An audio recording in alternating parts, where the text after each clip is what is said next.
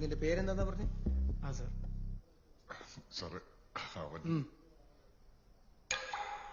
നിന്റെ പേരാ സർ. പെൺകുട്ടിയുടെ പേര് ഹെലൻ. നിങ്ങൾ തമ്മിൽ പ്രണയത്തിൽ.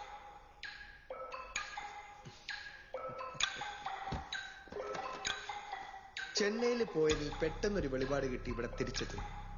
അന്വേഷണത്തിന് മുൻകൈ എടുക്കുന്നു. മൊത്തത്തിലൊരു സ്പെല്ലിംഗ് മിസ്റ്റേക്ക് ഉണ്ടല്ലോ സാറേ. ഞാൻ എന്ത് ചെയ്യുന്നേ പറഞ്ഞു? വന്നേ ഇരിക്കും. വാ ചോദിക്കട്ടെ. പെണ്ണെവിടെയാണ് സാറേ? എനിക്ക് അറിയില്ല സാറേ. ഏർപ്പാട് എന്താന്നൊക്കെ എനിക്ക് മനസ്സിലായി.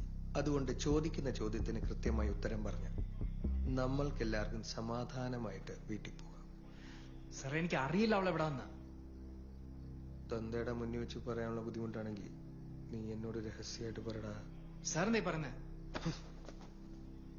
അതോ നീ അവളെ ആർക്കിൽ കൊണ്ട് വിറ്റു? എനിക്കറിയില്ല അവൾ എവിടെ വന്ന. ഞാൻ ചോദിക്കുന്നില്ല. നിന്റെ മറ്റടുത്ത് നാടൻ കളിയോട് വേണ്ട. പാതിരാത്രി മനുഷ്യനെ മെനക്കെടുത്താൻ അവനവന്റെ പിഴച്ചു പെണ്ണ്.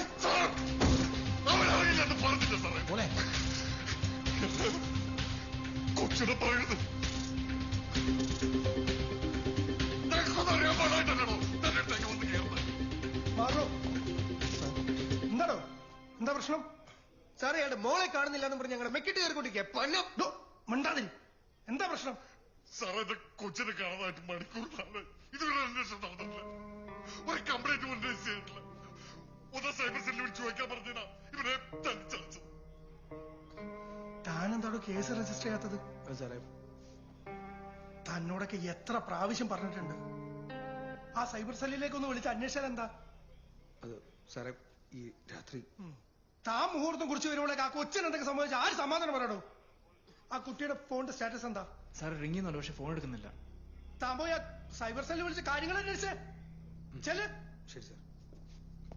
നിങ്ങൾ വന്ന് വാ.